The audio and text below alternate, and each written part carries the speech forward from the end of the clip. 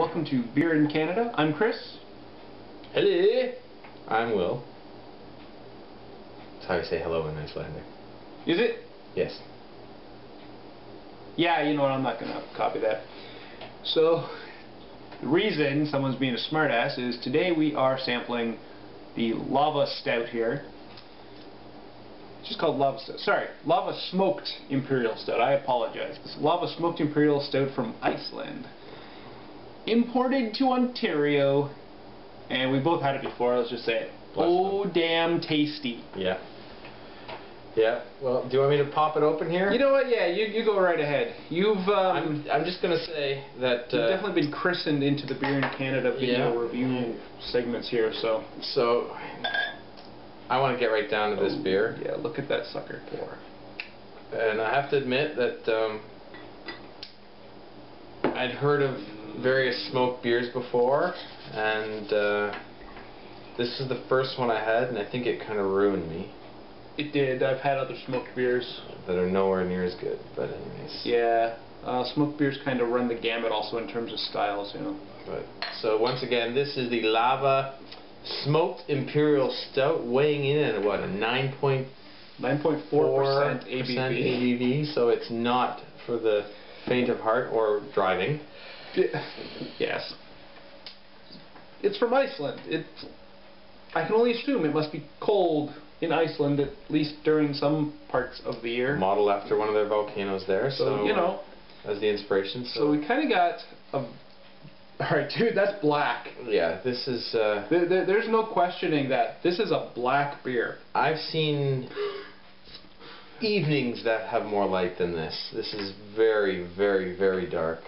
The nice tan head. It did quickly dissipate, but there's still a little bit of it just lingering, still coming up nice. A little. So there's a decent amount of carbonation. I mean, that's a stout. That's definitely, yeah, an Imperial Stout. The smoky comes right through in the nose. Yeah, you get the smoked malts definitely there. You get the smoke, so a little bit of campfire almost. It's partly why I like smoked beers. I do get some of the black patent and chocolatey malts coming off there. Yep. Not much in the way of hops, but that's not really out of the ordinary for a stout. And that's it. So I think without further ado, it's the smokiness. Cheers. Let's get right to this. Cheers. Let's get into this. Cheers. It's like smoky liquid oil in the very best way. So some very dark malts in there as well as the smoked malts. So the smoky aromas are much stronger and overpowering than actually the flavors. So you get a little bit of a it's a nice balance, right? Yeah. This is finally balanced with the smoked malts, because you know, I've had some recently that it was just too smoky. This one, it comes through for me at the end. Yep. Yeah, kind of hits the palate towards the back of the throat. I get the patents and the chocolate on the front, and then just as it starts to fade out, you have that smokiness. Anyone who likes things in a smoker would really like this beer, actually. In fact, that might be really good with like a smoked ribs or something like that. Yeah, no, I kind of get the same thing. A lot of the chocolate malts. Again, it tastes like probably some black patent in there. Just a beautiful mouthfeel as well. I mean, it's not a really thick, syrupy, you know, very heavy bodied, but it's still a mid to heavy body kind of beer. Yeah, it goes down very smooth for me. Yeah, I mean, there's a little bit of alcohol burn, but not much, right? Just like a little bit of the alcohol burn, but you could drink this assuming it had the ABV of a typical stout, and you'd be wrong. Oh, so very wrong. Yeah, I mean, I think this is a beer that if you know, some people aren't going to like it. Absolutely. I could see that. I certainly didn't think I would. I didn't think that I was going to enjoy a smoked anything. And I was very wrong. It's very, very well balanced. A little bit of warming sensation. And this is I have to say probably my favorite beer this winter to keep me warm. It's available in the LCBO up in Canada. Yep. About $5.49 a bottle. Yeah, which is not bad at all considering it's an Imperial. Yeah. Like it's Imperial and imported from Iceland, as we've said, and they're definitely doing something right out there. Absolutely. This is, I think I'd mentioned to you, and I've written about it on the Beer in Canada site. When I went to the LCBO media tasting for all the winter warmers beers, this was one of my top picks, and it still is. Even after resampling most of the beers that were in that release, this is still one of the best, if not the best, of the beers that were released in that. I agree. I've had a number of them as well. Yeah. Sort of independently. All right. So rating wise, maybe I should go first this time. I think I've made you go first. Sure. Yeah. You go first. It's an absolutely beautiful beer. I mean, the color is, just you probably can't see this very well on the camera, but it is black. There is no light, or almost no light, coming through on the edges whatsoever.